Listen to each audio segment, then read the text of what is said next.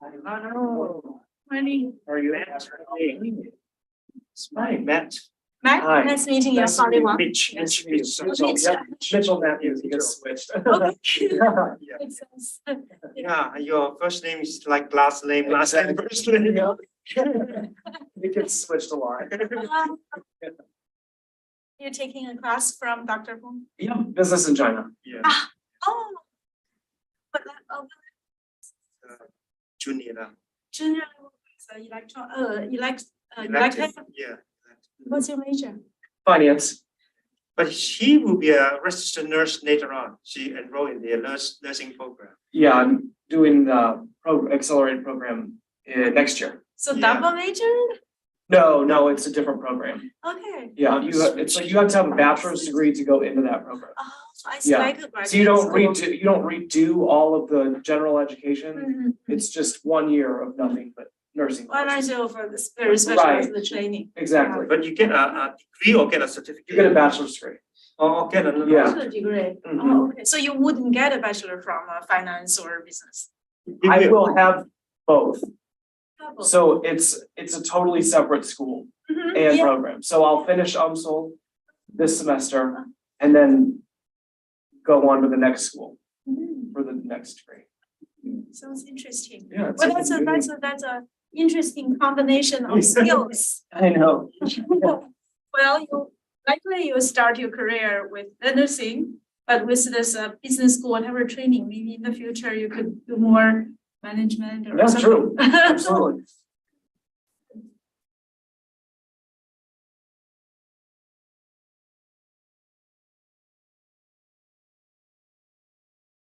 We were instructed to wait for a few minutes. Yeah. It's a few more minutes, okay. So let's.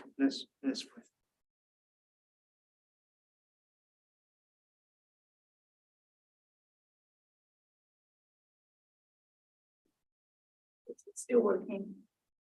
It's still working. It works, right? Yep. Final try. Sure, all the slides are here.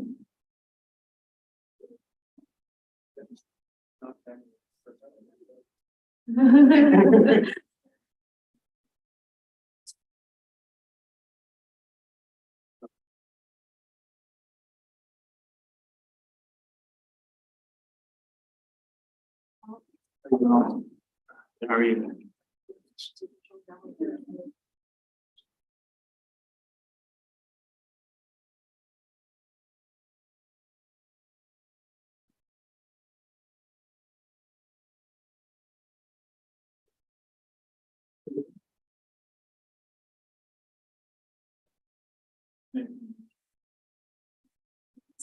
Oh, it was amazing to get that off my chest.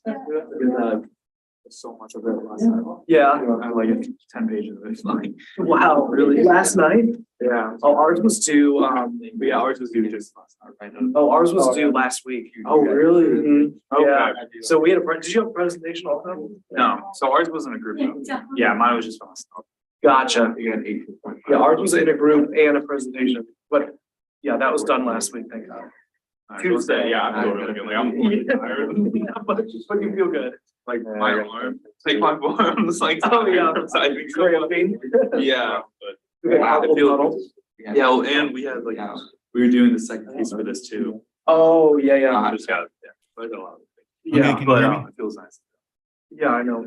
It's like 60 pages worth of papers this semester. Right. I have one more though. My strategic management class has the second test is a paper. Oh, really? Mhm.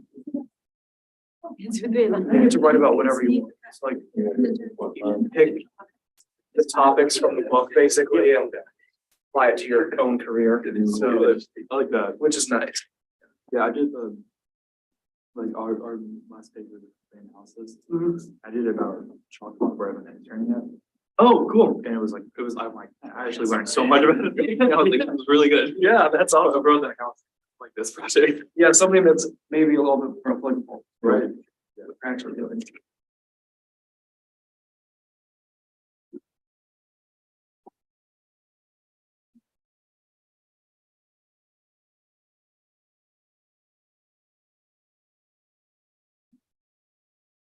Already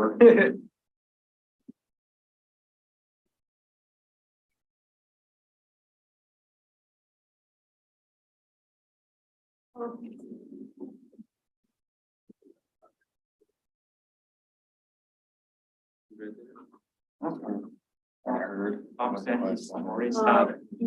You okayed us, huh? Yeah, okay.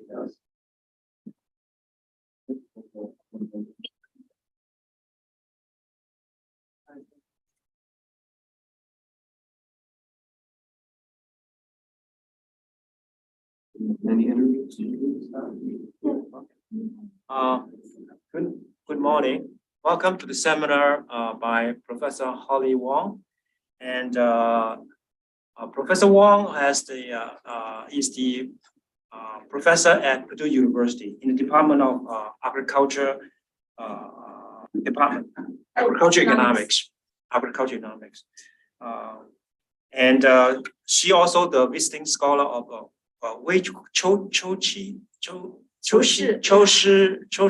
visiting scholar at Zhejiang University. So it's very honored recognition. And Professor Wong graduated from Tsinghua University, one of the top universities in China, and also get her PhD from Michigan State. And Professor Wong is an expert in consumer behavior, food safety, e-commerce, and commodity market. So, and she's also the chief editor of the food policy, and also China Agriculture Economic Review co-editors. And she has served as the president of China Economic Society and also the executive board director of Agricultural and Applied Economic Association. So she's very active, and she's well published in academic journals. So we are very lucky to have her to come to speak to us on China food issues. And so let's give her a big hand, okay? Thanks a lot. Thank you, Dr. Fong. And for the generous introduction, yeah, my name is Holly Wong. You've heard about that. I've been teaching in the university for 25 years. And my training is in agriculture and food economics. So I'm an economist, but only applied in agriculture and food. So beyond that, I know very little. But within that, so I'm glad food is a topic that everybody is interested. Hope so. So today, let's spend the next 40 minutes or so. I give you a topic about the impact on and responses of China to the global food and agriculture shocks. Then we can have some Q&A later. So I know you know a lot about this topic. You've been with Dr. Fong for almost through this semester. And thank you for your interest in this topic. Well, in the past 3 years that we know COVID has been the largest shock that really impacted everybody's life. And even yesterday arrived that are going to be for dinner, and we talk about now the largest inflation is on the food sector. Perhaps you noticed that, either cafeteria, restaurants, or even grocery store. So it's a big impact. But actually, that's not the only one. There are other impacts also. There are like a large animal epidemics. So in the recent, it was like an African swine fever. So it almost wiped down the hog industry. And there are other things you heard about the US-China trade conflicts. And also it's primarily on the agriculture side for China. For the US, it's tariff on Chinese manufacturers good, but on China side, it's tariff on US agricultural food. So we'll talk about that today. All right, so before I move to the next slide, okay, this is just an overview. So 5 topics: China's role in the globe, and what are the shocks and these shocks impact on China, what are China's responses, and then how these responses affect everyone else, US, the rest of. So when we talk about China, so what do you know about most? So people ask you, what do you know about China to class? So what do you say most? 1 or 2 concepts about China, what do you know most?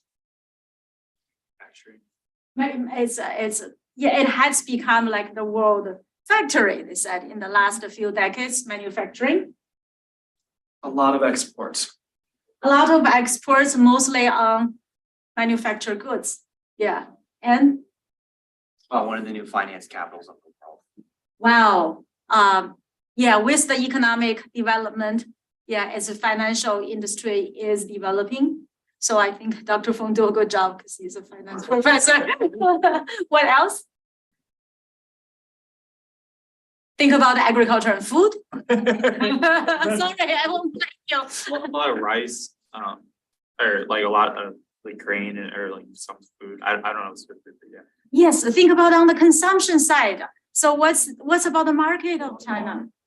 A lot of farming that's on the production side, on the consumption side. Huge population. Woo, that's the one. But I know your knowledge is beyond that. That's a very fundamental. Everybody knows China is the world's most populous country. So look at the first pie chart. If we list, don't look at the big blue side, that's the rest of the world, all the 200 countries. But I listed a couple of, so the largest one so far this year, we can still say the largest one, China, about 20%. That's the dark blue card. Can you guess what is the purple? Which country is the purple pie? India? Definitely. So next year, we don't know who will be the largest, okay? They're really, really close now.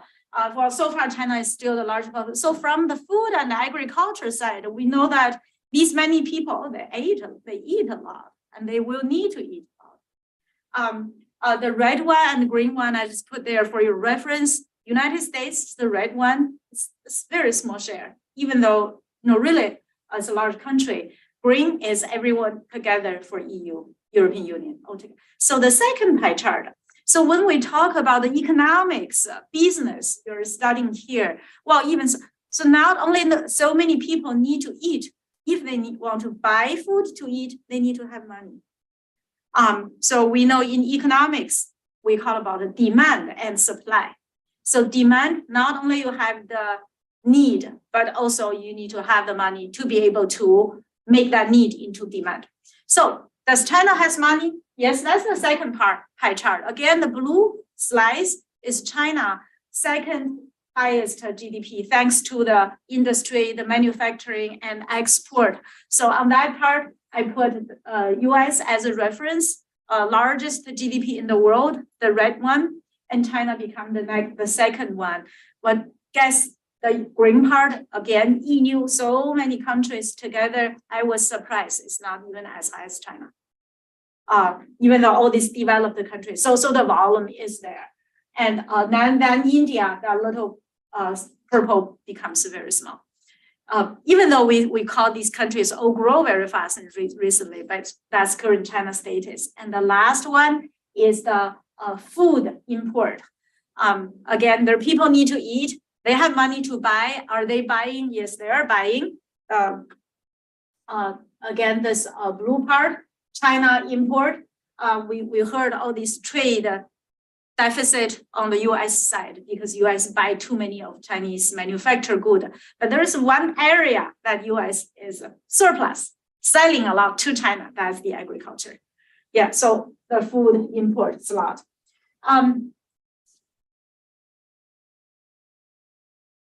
Let's look closer at what. Read, I have this. That happened. I can flip. Let's go here. It's frozen. Oops. We need a Bob. It's frozen. Yeah, we were told sometimes they have a conflict. Maybe when I move the cursor, then we cannot. We can exit and read.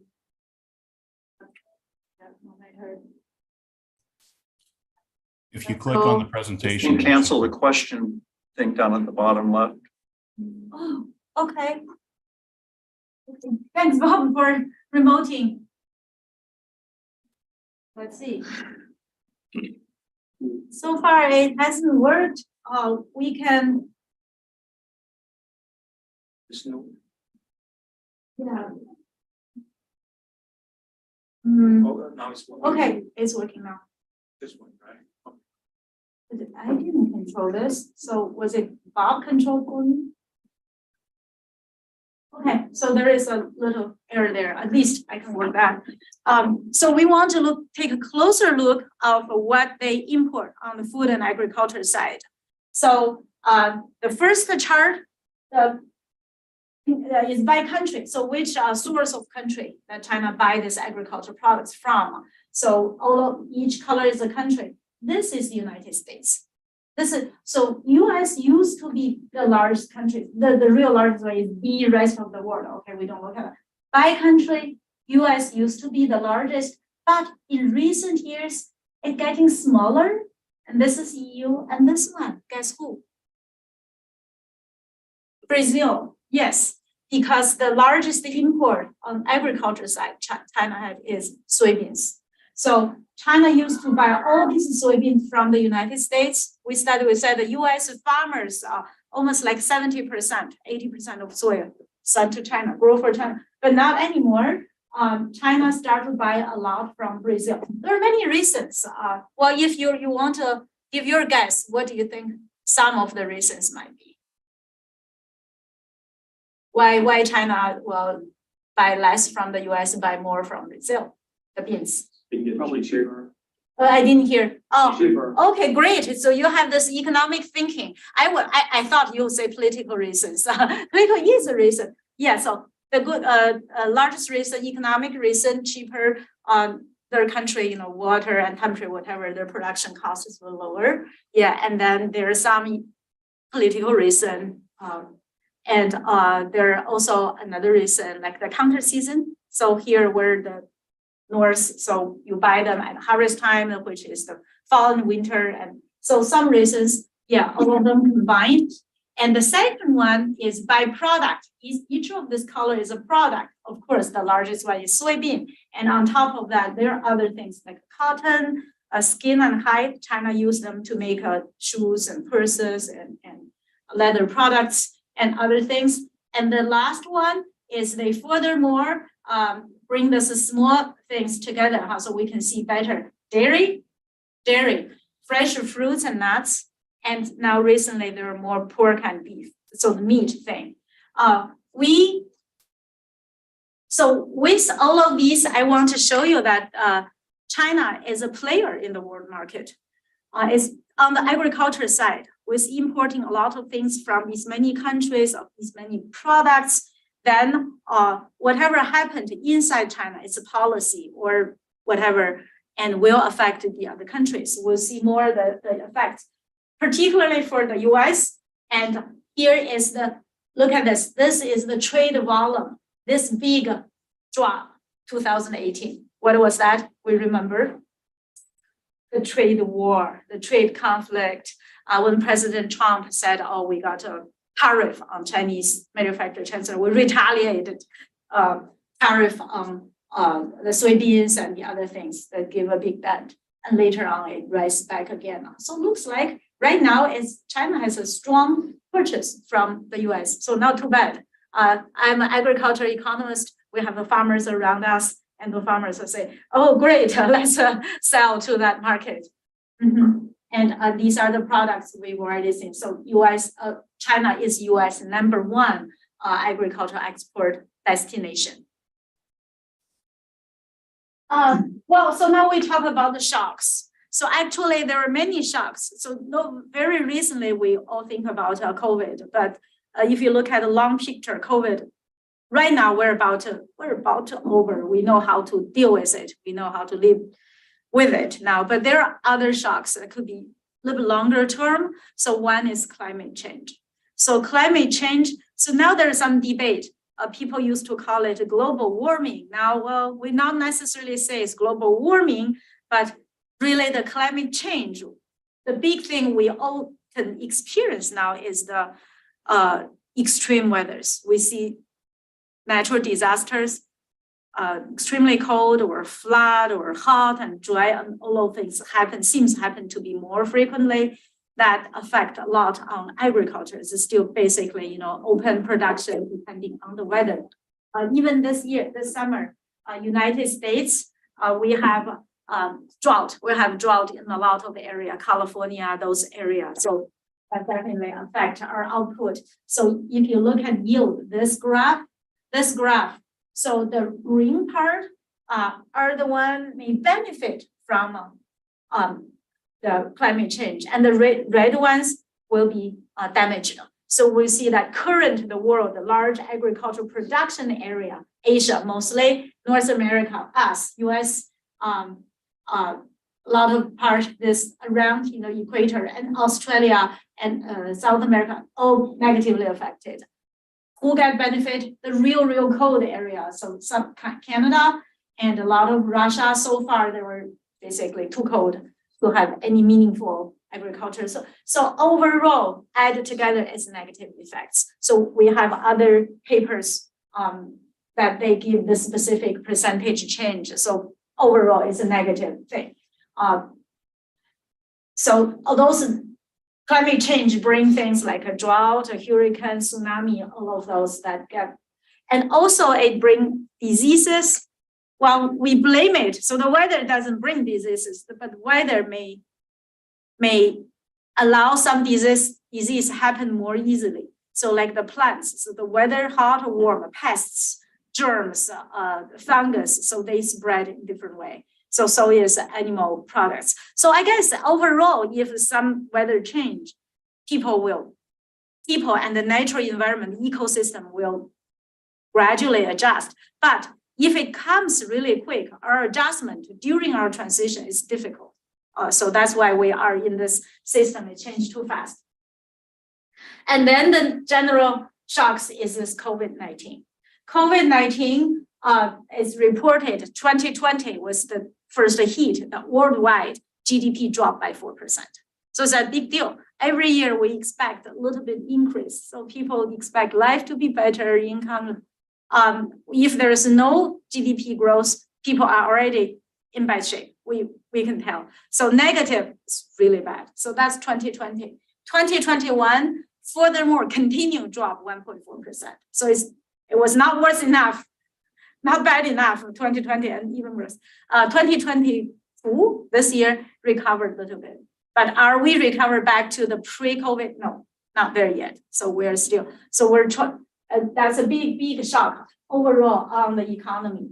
So on one of the consequences brought is this energy, another round of energy crisis. Our gas prices is still high today. The drop was still pretty high before COVID.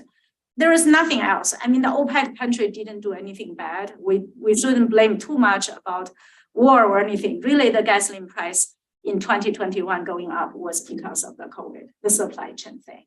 And on the food and agriculture side, do you experience something because of COVID? Other than we mentioned the price inflation. Do you remember the early part in 2020? We rushed to the grocery stores. We found empty shelves. This thing never happened in the past 30 years in the US. We always worry about the too much products. We waste too much. Everywhere people are promoting, marketing, make you buy. We never experienced this shortage situation. I grew up in China during the socialist planned economy side. We're used to that. Empty shelf, people buy everything, need to line up and need to fight, rush, but not in the US. We had that during, and then we see that later. I have a picture for you, like farmers dump milk into the field, into the river. We did that, I would say. So these are the impact of COVID. And talk more detail why that is that. And then political shocks. We talk about shocks. The most recent one is this war between Ukraine and Russia. And Ukraine is a large agricultural country. So it exports a lot of food products. And when the war happened, now they try to sort out, the international community gave pressure to Russia, said, okay, you cannot block their agriculture because that's not for the country to make money. It's more for the rest of the people need to be fed. But at the beginning, of course, they're in war. The enemy country would say, I block you, I will cut your economy, you cannot export. So all of these are turmoils, so impact of the shocks. COVID, climate change, recent war. So some are short term, some are longer term. The impacts of those on the world It's say, so this is from literature, the journal, very famous journal called PNAS, the Proceeding of National Academy of Science. I think that's one of the best. So they said undernourished people by 2050 will be increased by 10 million. So we would think as time goes on, our life getting better, we got to reduce hunger, reduce those undernourished people, malnourished children. But because of climate change, we are facing that real threat. We don't see them clearly in US, but a lot of people in somewhere else and on Earth. And COVID break down the supply chain. So this is the picture, that's a real picture. And we have a lot of those cases. You know why? Why people had to dump milk into, on one side, they dump milk into the field. On the other side, we rush, we don't have milk. I went to grocery shopping, the freezer said, gallon milk, one family limit to one gallon. You know why? Can't get it to the store Why they can't get it to the store? because the supply chain's broken. Which part of the supply chain is broken? Like a trucking or processing? Everywhere is possible, but that's not the most important. Even during COVID, a lot of people shut down, but the trucking, they still can work. So what it is, our supply chain now are very sophisticated. So the milk, they have a large farms. It's not one or two bucket, right? It's like those tanks, right? Whole tank. And then where do they go? Go to packing plant, making that into gallon, jar, carton, or whatever. But during our regular time, we're so efficient, no waste. So regular time, a lot of small individual sized carton milk go where? To schools, school lunch, school breakfast. And remember that's when we first shut down, all schools shut down, children were sent home, then nobody eat those little carton. But we need those large ones in grocery store. And think about those children. On average, every family maybe have one school age, then all of these demands are done. And you move those demands into grocery store. Our factories, the bottling companies, not have enough capacity to fill the jars quick enough. That's one thing. And think about the cheese. Another thing, we buy cheese, what? The package, one block or shredded 1 pound package, 2 pound package. But you know, this block of cheese, where do they go? Restaurants. So in 2020, and all the restaurants shut down, same thing, the cheese, they don't have enough cold storage, throw them away, just like that. So the supply chain, we're very sophisticated, we're very efficient during smooth time, so we're not resilient enough to deal with those shocks. Okay, over time, of course, we adjusted to that, but yeah, the war that is United Nations World whatever food program, they said because of the war, because of the Ukraine, the shipment of wheat was interrupted. They said, we have to take food away from hungry children to starved children. This is aid program. They provide food for poor kids. There were a lot of poor kids before they feed these kids, but now only very, very starved children, but the rest are still hungry children. They just don't have enough. So all of those shocks. Specifically, these shocks affect China. So let's look at China has experienced these challenges in their food demand. Look at this pies, little pie, the size of the pie representing Chinese per capita per day calorie intake from 1960s, 1980, 2000, and today, almost 2020, almost like every 20 years, or not exactly. The size is the calorie. So in the 60s, so people only have like 1,000, average 1,700 calories. Now our USDA recommendation is 2,000 per day. So basically on average, they're like half full, half hungry, that case. And then gradually the size today, they're like 3,000. So there are more people getting overweight. Okay, anyway. Then the different color of those are the component of the food. The largest one before it was just the carb, grains and tubers. So basically the carb. But now you see that it's getting smaller and smaller and smaller and smaller. Now, yes, I got from different data, so the color is different. It's now less than half.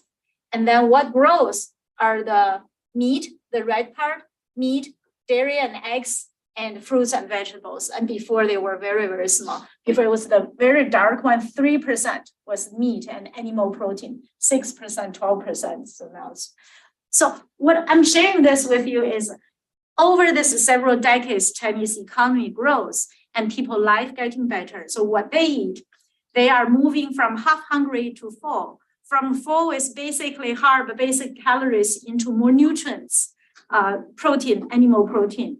And also now moving from the basic macronutrients into better micronutrients like fruits and vegetables, vitamins, minerals, fiber.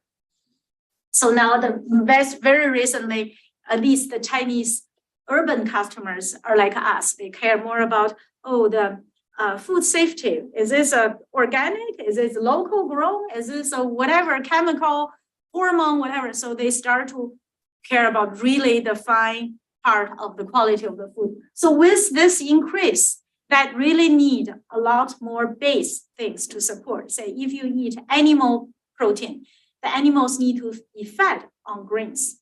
So then you need way more grains than you eat them directly. You can eat corn, wheat directly, rice, but now feed them into animals, into meat. You need more of those. So we have some feed conversion ratio. So for beef, it's very costly, like 1 pound of grain of a feed 8 pounds. 8 pounds. So we have experts here. I thought I'm the only ag economist. 8 to 1, so very costly.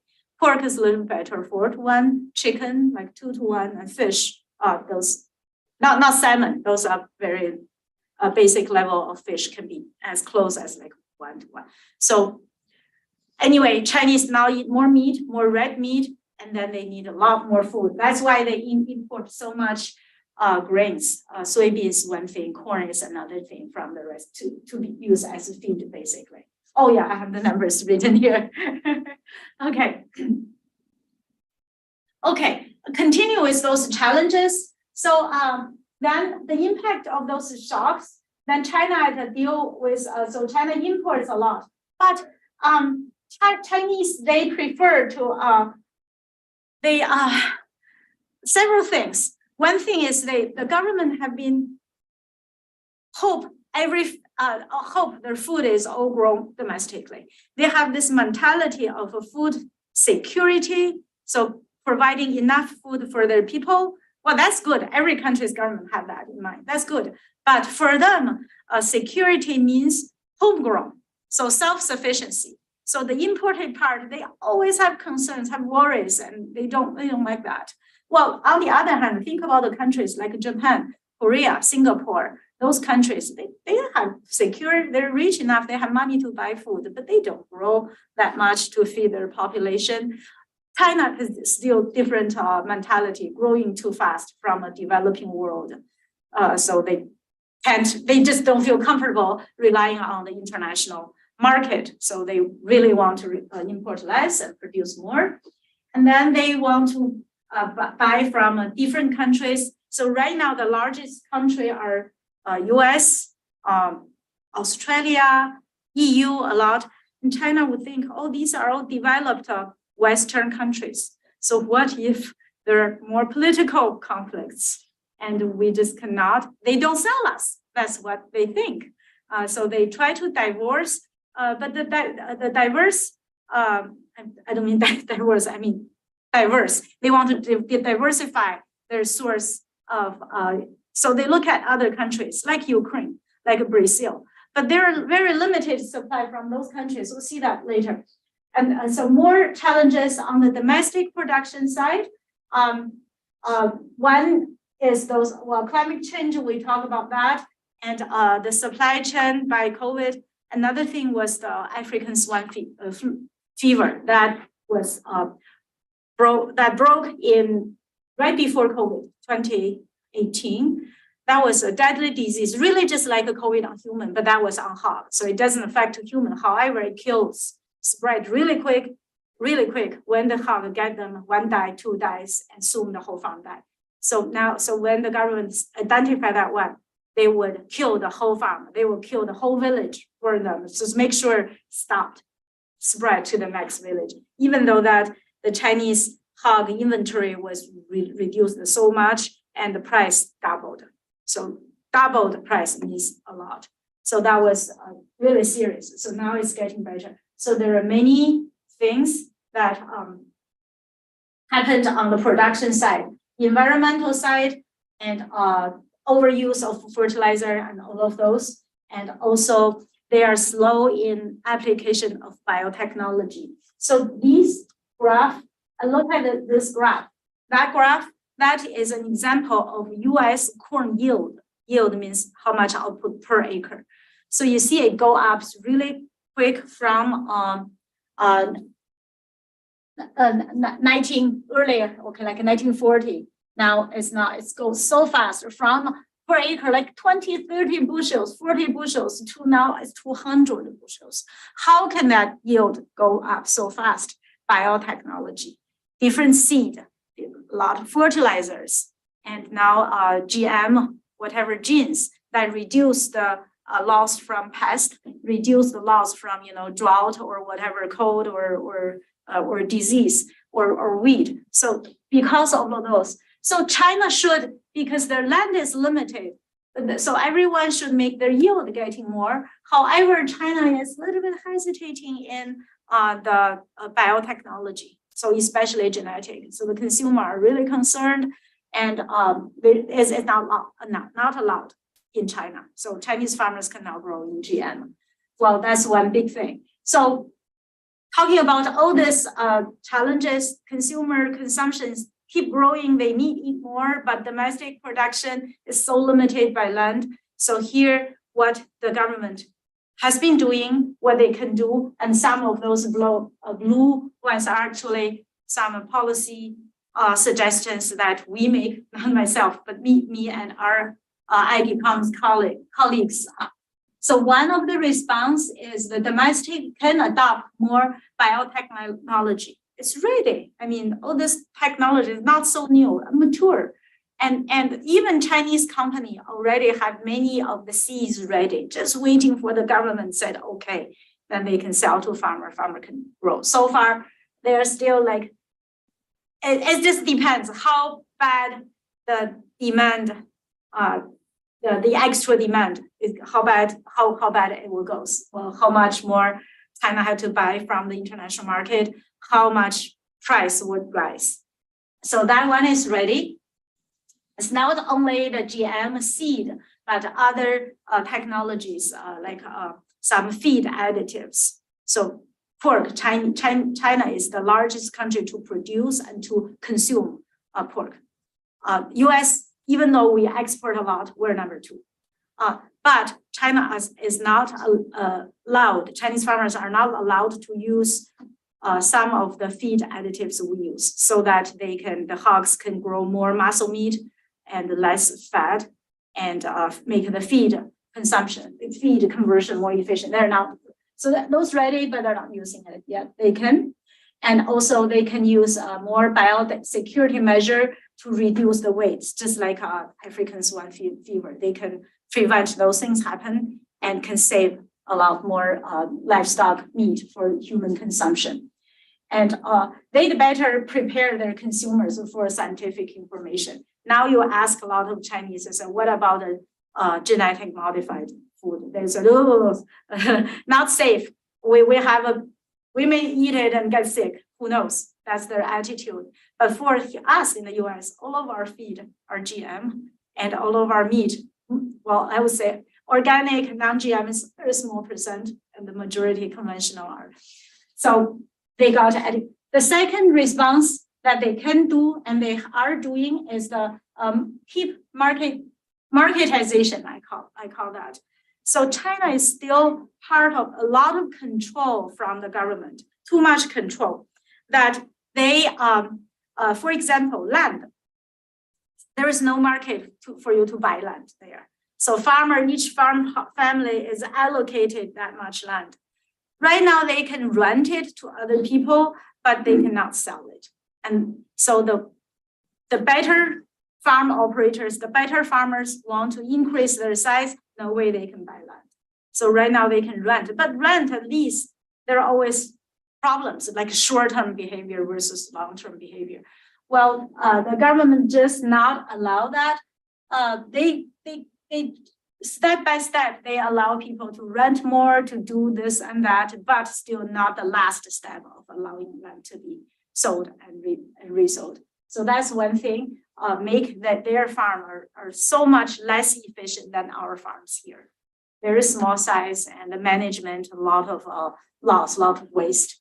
And the labor mobility and capital access, because there is no large farms, so there is no rich farmers, and then they cannot borrow, they cannot take loans because they don't have collateral. Here, our farmers, the largest asset they have is their land. So if they want to adopt new technology, better machinery, or whatever satellite, digital technology to make them operating more efficient, they take loan, and then land is the most asset collateral they use, but not in China. So there are a lot of room they can do. They are doing that, but still a lot of room they can do. Digital technology, that part, Chinese government are basically pretty open. Okay, they can use all of those. So the Chinese electronic market, e-market, e-commerce is very developed. So how many of you are buying things from Amazon? Everyone, I see everyone, of course. I'm a member free everything, especially now Christmas season. Did you realize that a lot of things you buy from Amazon, they're actually shipped from China? The store is actually a Chinese store. So the vendor is Chinese. So everything, it's just like import, except it's like a direct import. You don't go to Walmart and find the things, oh, made in China, you know, Walmart organize this, whatever, purchasing center. No, you buy Amazon. I just realized all this small electric stuff. I bought computer, like a cover case or cell phone there. So the inside China, their own e-market is very, very developed. So you perhaps heard about Alibaba, and their market, the size of their market is the total of Amazon and eBay to add together and more. So that's domestic. It was in the past few years. And now these vendors, they're smart enough, just open a store in the US, register a store in the US, hire anybody, handle that, just at his or her home. And actually, they can sell directly on Amazon. And now, 2 weeks ago, Temu, T-E-M-U, just went listed on New York Stock Exchange, just listed as a US company, finance. They just opened their store in the US, just like Amazon. So you can get your app, you buy everything. This is a total Chinese platform. So they're doing good on food and agriculture. They're doing pretty good on that. So that's a good side. So on the market, if it's very efficient, more people buy, and then the signal can send to the production side, and again, make the supply chain more efficient. So output, that's a positive contribution. The last thing that China is doing and can do furthermore is on the trade. I would still think, given that population, given that food demand increasing, even today, their diet on average is still behind our developed world, US or EU. Even the city, urban side is very similar. They can eat whatever we eat, but there's still a lot of rural side. They are still living on grains, basically. So meal means a large bowl of rice. Okay, so we still need a lot. With that, they definitely need to import more.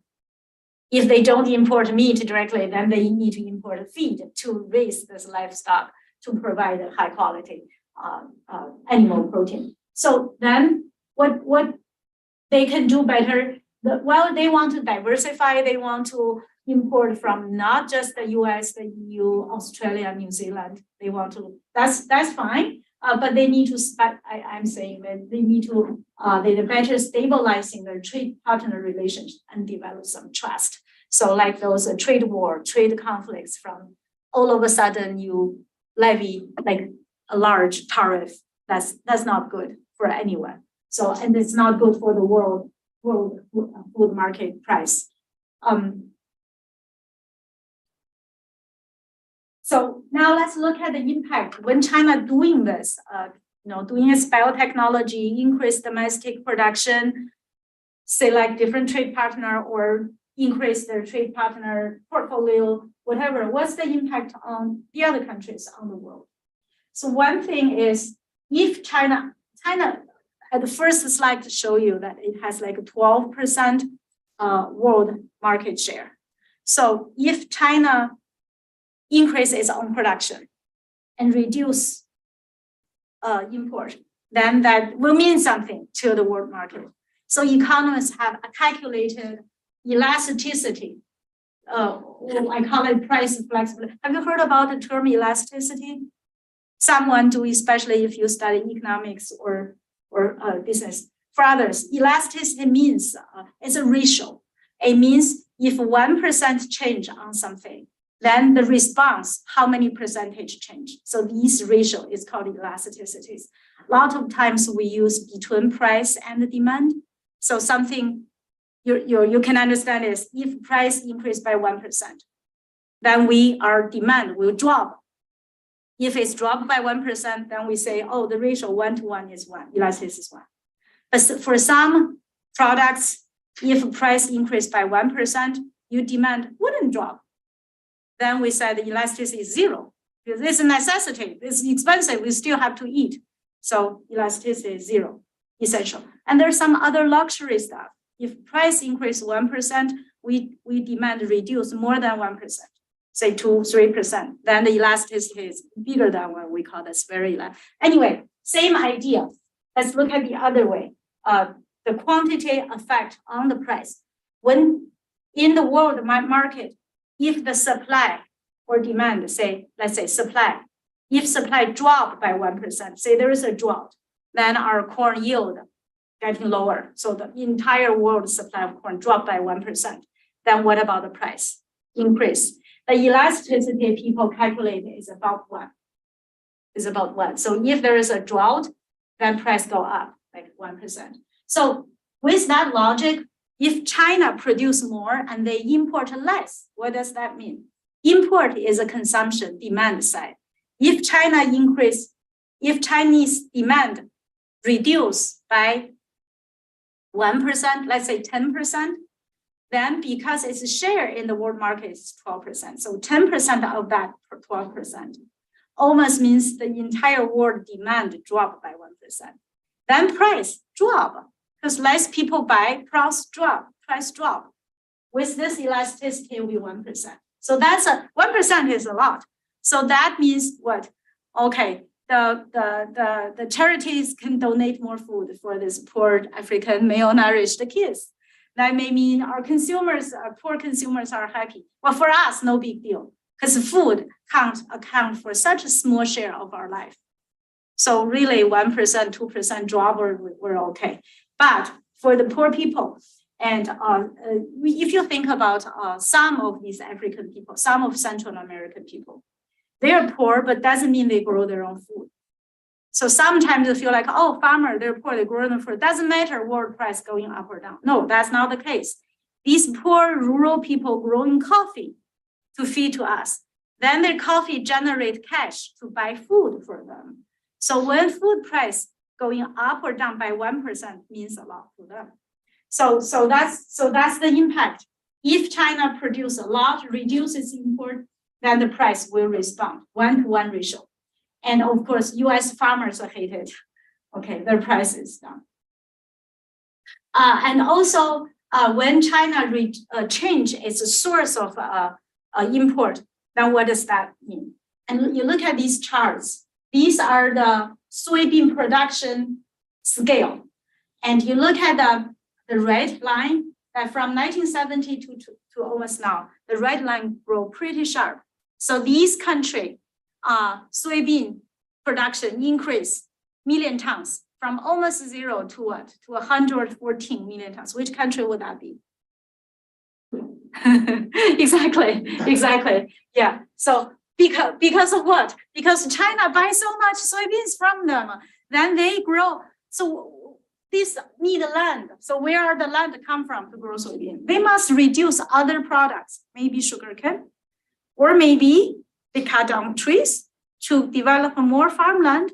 So there are those blames in the world that, oh, because China buys so much soybean from Brazil, so there's a deforestation issue because the people feel like, oh, it's good, and I really I can make money by growing soybeans. So anyway, all of those are impacted. Overall, our economists would think, let free market determine who grows and where to buy. That's good. They're cheaper, then that's good, and bring money to the poor Brazilian farmers. That's good. But the condition is when all the externality is considered in, when the environmental cost is brought into this price. But if not, we will have other externalities, damages. Okay, that's like Chinese corn grown now is diversified. We talk about US is still the largest. Brazil, this is corn, it's not soybean. But you see, Ukraine become second largest, and China now even buy corn from like Myanmar, Laos, and Peru, and Paraguay, those countries. So, which is good, diversified, and those are very underdeveloped countries, so they can sell something, they can get some income for their farmers.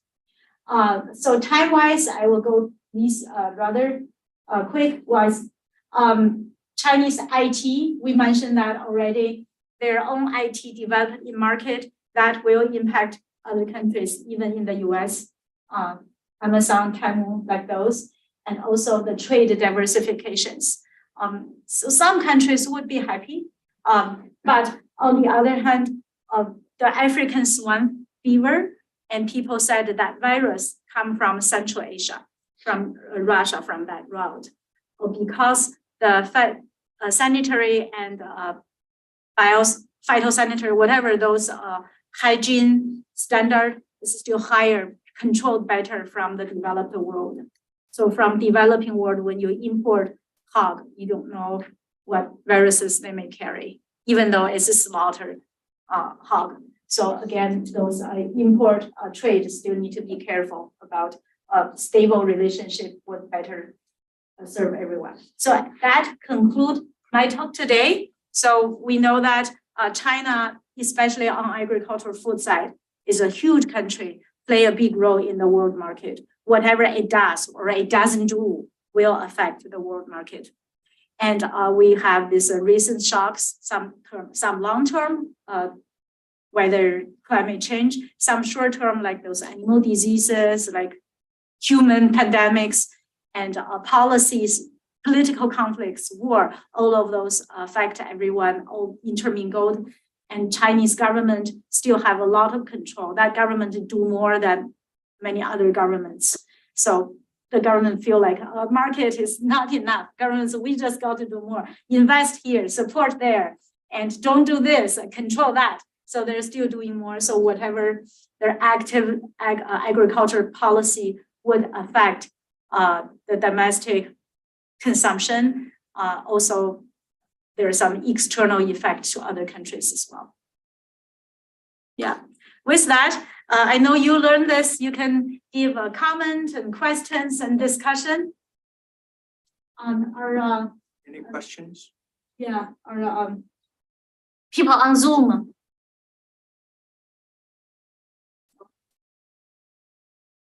Look at the Zoom. Yeah. Any question on the Zoom? So in your thoughts, to what extent does China's need for nutrition security limit its political options?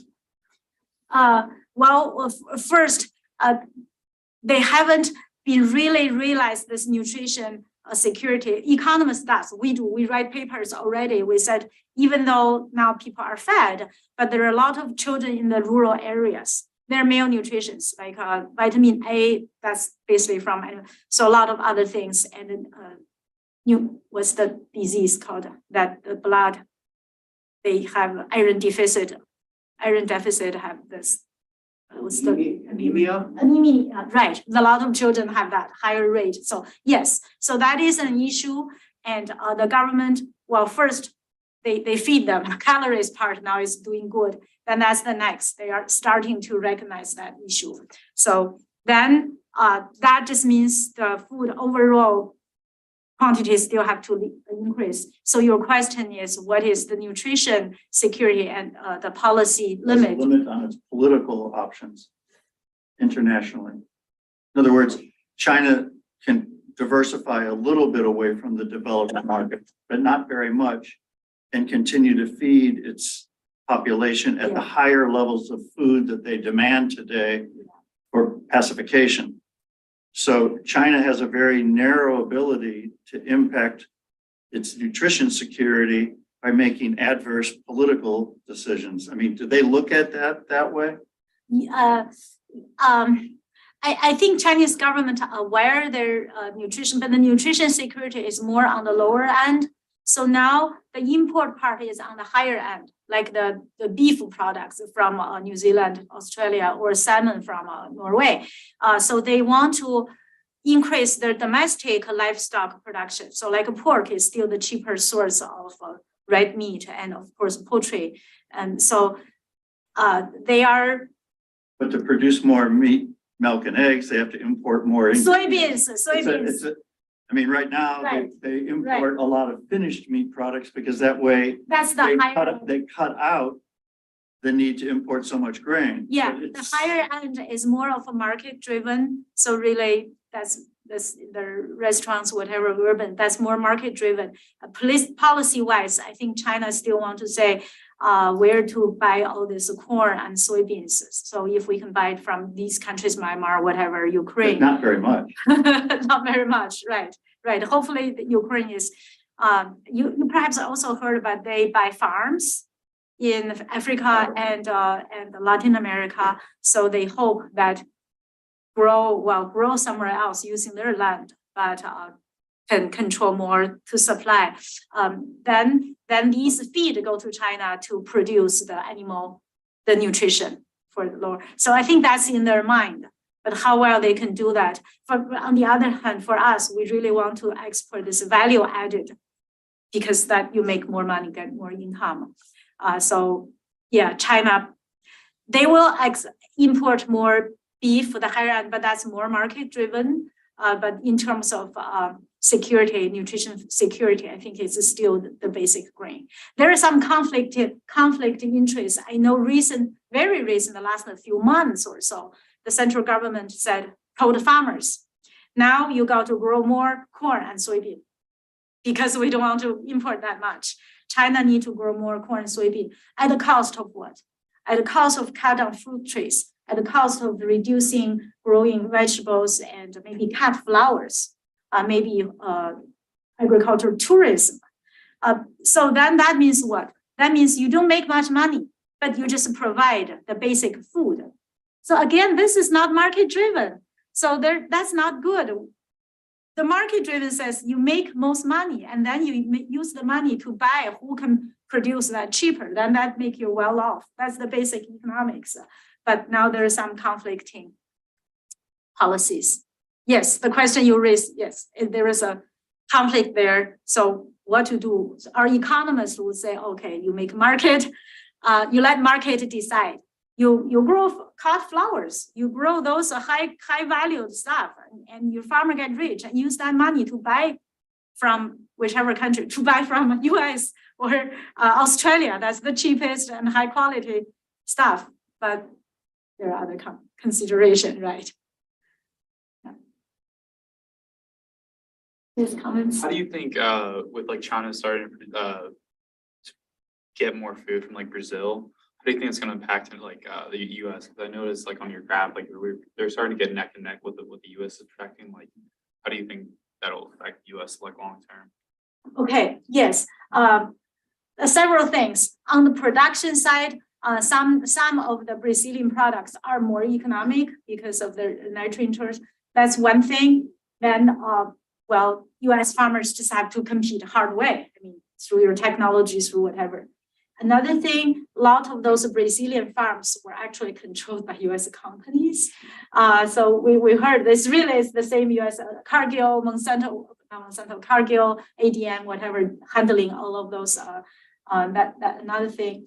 And also it's a, so when we talk about political, think about the 2018, there's a trade war when all of a sudden China charged like a 20% tariff on corn, or corn, soybean, like 60% tariff on beef and pork, whatever. All of a sudden, then US product become too expensive. Then all of a sudden we see that US cheap, then they buy from, well, but it's the whole world, same thing. Okay, they buy from, all of a sudden increase the import from Brazil. But in the Brazil product were there, you all sold to China. The other customers, their previous buyers would turn to US. So it doesn't take long, a few months, and then the prices start to balance and the flow is just waste some transaction cost.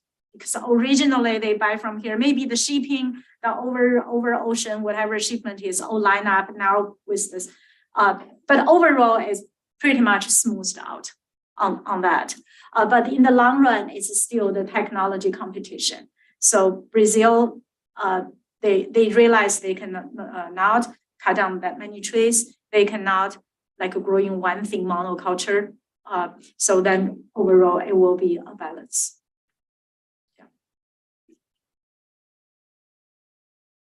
Okay. Are there other Eastern countries that are super anti-GMO, or is it just because of the way China's government is presenting it to the public? You're right. So yeah, well, the current situation partly because the government try to educate its people, try to subsume the people's desire of import. That's one thing. But culturally, yes, Japan and actually some of the European countries. And I would say that developed countries and the advanced developed countries, consumers, they're the one go non-GM, organic. Now they start to go like vegetarian, vegan. So let's protect the world, protect the animals. And well, they are willing to pay. I mean, food costs, no big deal, little bit expensive, fine. So our vegetarian dish is more expensive than meat. So China rides on those, I would say, but really China currently, if you look at rural part, you look at the national average, it's not a developed country. It's still, per capita income is average, 100 countries ahead of them. So they still need to protect the food security, nutrition security. So they should look at the cost. But some urban consumers like to jump together with those. Well, that's the trend. Yeah, but there are other countries as well. Yeah. There's a question on that. Oh, thank you. So GM products are not tasting good, at least. What is your opinion from GM products? I haven't tried myself on which product. So far, we don't eat GM products directly yet. In the US, GM is feed, basically GM corn, soybeans go to animals, and then we eat the meat. So sometimes let's say compare organic, non-organic. Someone said the organic tastes better than the non-organics. It's really not the feed organics. It's more of the raising time. So if an animal live longer time, so it's better taste. So once at my family, we have a debate, organic chicken range-free versus conventional chicken. Among my family, my husband and 2 daughters, we decided to do a double blind test. So we bought 2 chicken piece breasts. We grill them the same way that we cut them to small pieces. We make 20 samples on plates. We number them. And then one person in charge of the handling, one person take the numbers, messed up. So make sure nobody knows at the end. So we taste and then we check our result at the end. No difference.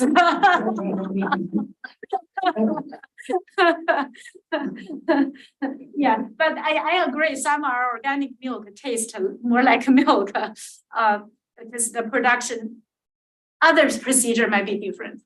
Yeah. But I try some organic milk and non-organic milk, but the organic milk seems taste a little bit better. Right. I mean, that's the.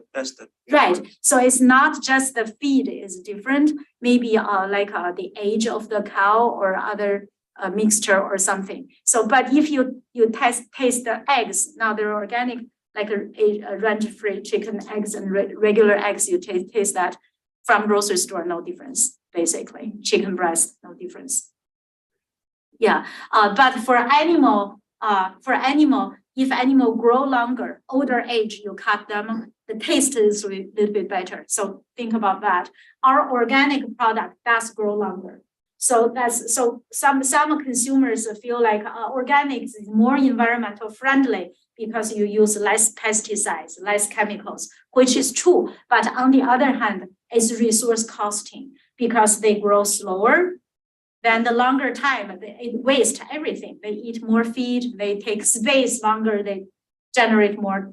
Yeah, so there is a debate. Yeah, so right now the consumer has the freedom to choose. Yeah. Question. Another question, how about the long-term effects on health? So I think we talk about GM. So a lot of consumers have that concerns. Right now, scientific no evidence of from theory, they study the molecule, the genes, the DNAs. Actually, there is no theory that these should be bad to people. Otherwise, it wouldn't be proved. But real evidence were not long enough, and people said, "Oh, GM food, you only have it for what 20 years? What about 100-year long term? Our children, our grandchildren, the gene passed on. So in theory, there is nothing. We don't pass on our food's gene into our children. They'll digest. But if you're asking for human evidence, we don't have them yet. You gotta wait for 100 years, which is true. Yeah. Okay. Cody, continue to ask questions. Research actually look in these issues. Yes, those people really doubt about that. They really need to organize their research following long term. And I think our medical doctors, for whatever disease, they are all documented today. So far, there are just no any disease linked to this food yet, but the evidence is there. So you can wait until someone maybe find it. But anybody really look into that? And that's a good question. Why doctors don't? Why there are so many consumers that worry about that? They don't do research on that. That's a question itself, right? So I guess now there are many NGOs that they are trying to promote this idea, like vegetarian, vegan, so protect animals, which are okay. But I assume some of those organizations, they may sponsor some scientists to do serious scientists to follow this long-term food safety issues about all the biotechnology. Thank you. You have another one too. Same thing. He's already got his answer. Yeah. I was gonna say, there's one lower, I think it says 5 and there's 4 showing on the screen. Scroll down, you'll see. Yeah. Got you, Cody. Sorry. Sorry, I guess it's good. We openly talk about these issues, and for scientists, we really need to science-based. Early on, I was also very scared. I remember I read something, even published. Okay, again, talk about publication. We as professors, we publish all the time. And I, as a chief editor of a major food policy, is in IPEcon, the highest impact factor journal in the world. So as that, we receive articles all the time. Then we review, peer reviewed, but still we publish article could be wrong. You need 2 peer reviewers. So there are always times, so the errors they didn't find, then I got published. So even though you find something published, it said, I remember one thing it said, you feed a GM food to mice and the mice grow like 5 times bigger. I remember somehow I read that, and later on it was wrong. This was totally wrong. So you may find even articles published in scientific journals saying something, but a good stuff, you need more than one, just one, okay? And even the published stuff need to be revisited, and people can criticize. If there is mistakes, they will be caught in the future. So we just keep an open mind to read more. Okay, with that, no other questions. Let's thank Professor Wong for coming. Good, thank you. Thank you. Yeah, hopefully you're more interested in China and in food and agriculture.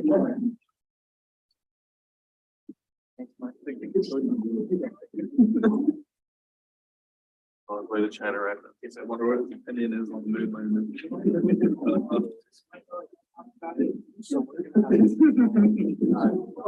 Korea and Monsanto in China Oh, for 30, okay. for 20 years. Oh, So, not right now, I'm in the finance and legal studies. Speaker studies, Yeah. but you know some of the Monsanto's headquarters here.